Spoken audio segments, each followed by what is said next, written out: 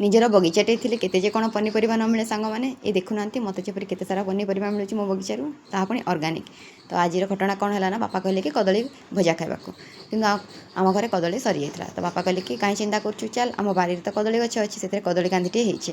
ତ ମୁଁ କହିଲି ଚାଲ ତାହେଲେ। ତ ଆମେ ବାପା ଝିଅ କାତି ଧରିକିନା କଦଳୀ ଗଛ ପାଖକୁ ଗଲୁ। ତ ବାପା କଦଳୀ କାନ୍ଧିଟି ହାଣିକିନା ମୋ ହାତରେ ଧରେଇ ପକାଇଲେ।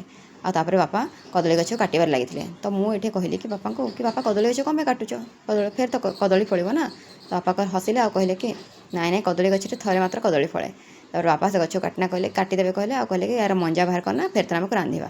ତ ମୁଁ କହିଲି ଠିକ୍ ଅଛି। ତାର ବାପା କଦଳୀ ଗଛଟାକୁ କାଟିବାରେ ଲାଗିଲେ, ଆଉ ମୋତେ କହିଲେ କି ଆଉ ଯା ତୁ ତୋର କଦଳୀ ଭାଜିବୁ, ମୁଁ ମୋର ଗଛ କାଟିକିନା ପଖାଳ ଭାତ ଖାଇବେ। ବାପା ଏଇଟା ଗଛ କାଟିବାରେ ଲାଗିଲେ, ମୁଁ ମୋର ଗଲି କଦଳୀ କାନ୍ଧି ଧରିକିନା।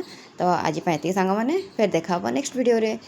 ତ ଭିଡ଼ିଓଟି ଭଲ ଲାଗିଥିଲେ ନିଶ୍ଚୟ ସବସ୍କ୍ରାଇବ୍ କରିବେ, ଆଉ ଚ୍ୟାନେଲକୁ ସବସ୍କ୍ରାଇବ୍ କରିବା ଜମାରୁ ଭୁଲିବେନି। ଏମିତି ନୂଆ ନୂଆ ଭିଡ଼ିଓ ଦେଖିବାକୁ ଆପଣଙ୍କୁ ମିଳିବ, ଆଉ ଲାଇକ୍ କରିବାକୁ ବି ଜମାରୁ ଭୁଲିବେନି। ତ ଆଜି ପାଇଁ ଏତିକି, ବାଏ ବାଏ।